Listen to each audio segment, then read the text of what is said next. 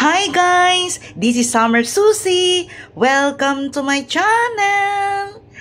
Ngayon guys, magluluto tayo ng isa sa mga favorite ko, which is Jaran!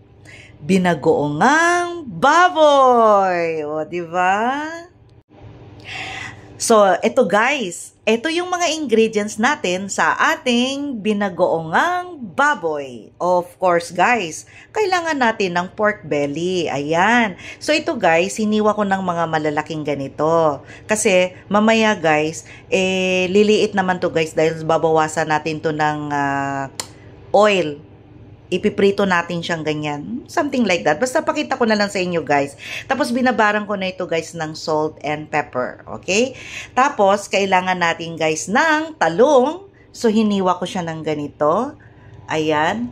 Tapos guys, of course, kailangan natin guys ng bagoong. So ito guys, pwede kayong gumamit ng kahit anong bagoong na nabibili sa supermarket or di kaya sa palengke. Kaya lang pag sa palengke guys, hugasan nyo kasi medyo maalat po yun, di ba? Ito nga guys, nabili ko guys sa supermarket dito. Medyo minawasan ko guys. Hinugasan ko siya. Hinugasan ko siya sa mainit na tubig kasi medyo maalat siya guys. Yan. Tapos, kailangan natin guys ng maraming tomato. O, diba? Kasi gusto ko guys yung medyo manamis. Tapos, kailangan din natin guys, of course, ng ating garlic, onion, at saka itong sili. Yan, pang decoration at hindi naman to masyadong maanghang guys. If ever, kulang siya ng anghang, maglalagay tayo nito guys. Ito, hot sauce. Okay? So, start na tayong magluto guys. Ayan guys, para mabilis tayong magluto, sasabayin na natin guys yung pagprito ng talong at saka yung ating gagawin na medyo papulahin natin yung ating pork belly para mabawasan yung oil niya guys, okay? So ito guys, uunahin natin yung pork. Ayan. So prito-prito siya guys. So hayaan natin ito guys na mag-produce siya ng sarili niyang oil. Tapos dito magpiprito na tayo guys ng ating talong. So guys, ayan, mainit na yung ating oil. Ilalagay na natin itong talong. Ayan. So guys, check natin. Ayan. Luto na siya. Alam niyo ba guys, ang mga talong dito sa UAE is madali lang siya guys maluto. Kahit hindi siya ganun kapula, pero luto na po siya. Ayan. Ayan guys. The same process lang guys dun sa ginawa natin sa pagprito nung una. Ganun lang din hanggang maubos nating iprito yung mga talong guys. Okay? Ayan guys. Ito na yung last batch ng pagprito natin ng talong. O, diba? Saglit lang siya, guys, kasi maninipis lang yung pagkahiwa ko. Yan. So, guys, ito na yung pinirito nating talong. So, sisilipin naman natin, guys, yung ating pinipritong baboy. Okay? Guys, silipin natin. Ayan. Ayan, guys.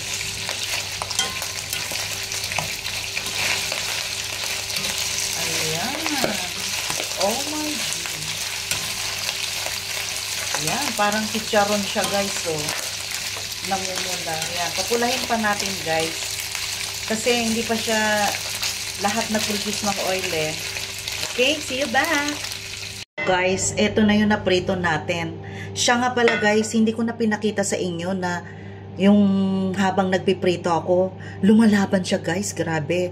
So, ang tip ko sa inyo guys, kung ayaw nyo matalsikan kayo ng oil, i-air fry nyo lang kung may air fryer po kayo. Pero kung wala, edi tsaga-tsaga na lang po, di ba?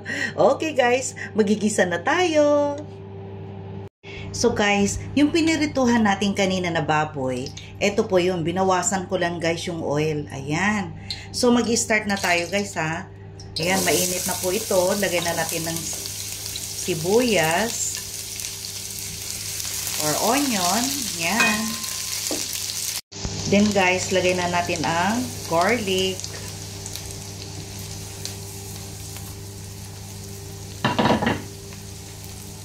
Then guys, ilalagay na rin natin ang ating tomato.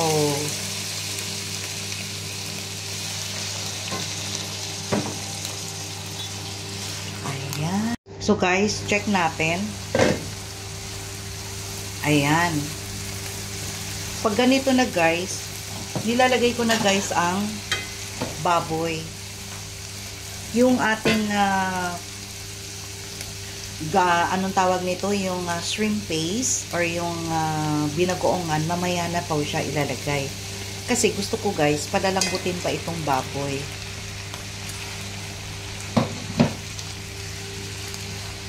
Yan. Lalagyan ko to guys ng tubig. Yan guys, 1 cup.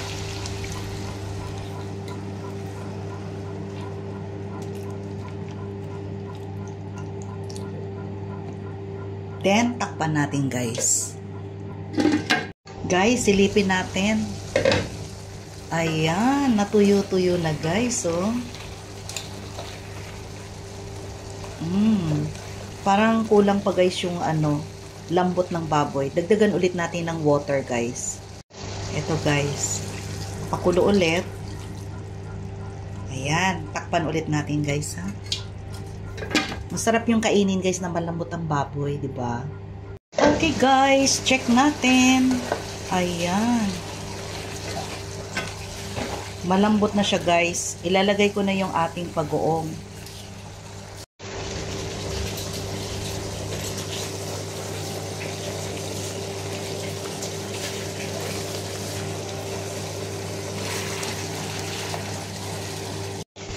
Lalagay na rin natin guys ito, sili.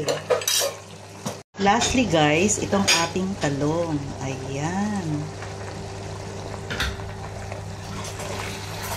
Wow, yummy, yummers.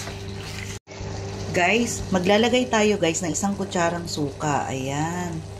Para mabalanse yung ating lasa. Okay, takpan muna natin guys. Yan, check natin guys kung ano na po yung lasa.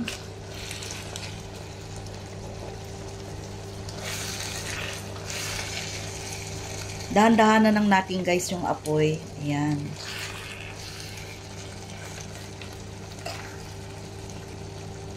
Ayan, tikman natin guys.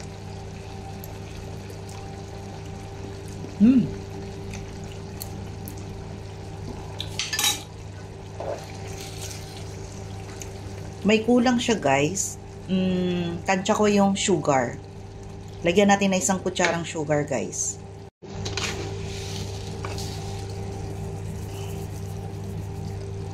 Yan. Then haluin natin.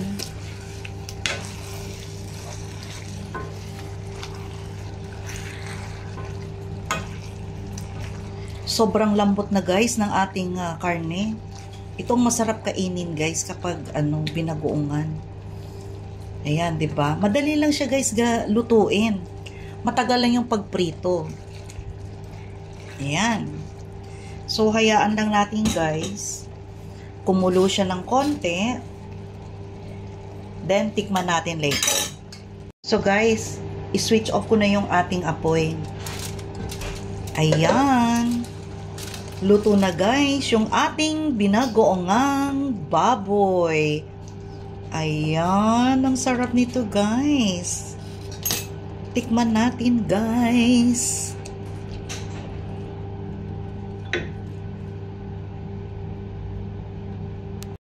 Guys, ang sarap niya guys. Nagbalanse yung asim, alat, at matamis-tamis. Isang kutsarang asukal lang nyo guys, pero ang sarap. Nagbigay siya ng balance sa ating flavor. So, ano na guys? Gawin nyo na ito guys. Gayahin nyo na yung aking recipe. So guys, don't forget to like, share, and subscribe my YouTube channel, Summer Susie. Bye guys! See you in my next vlog!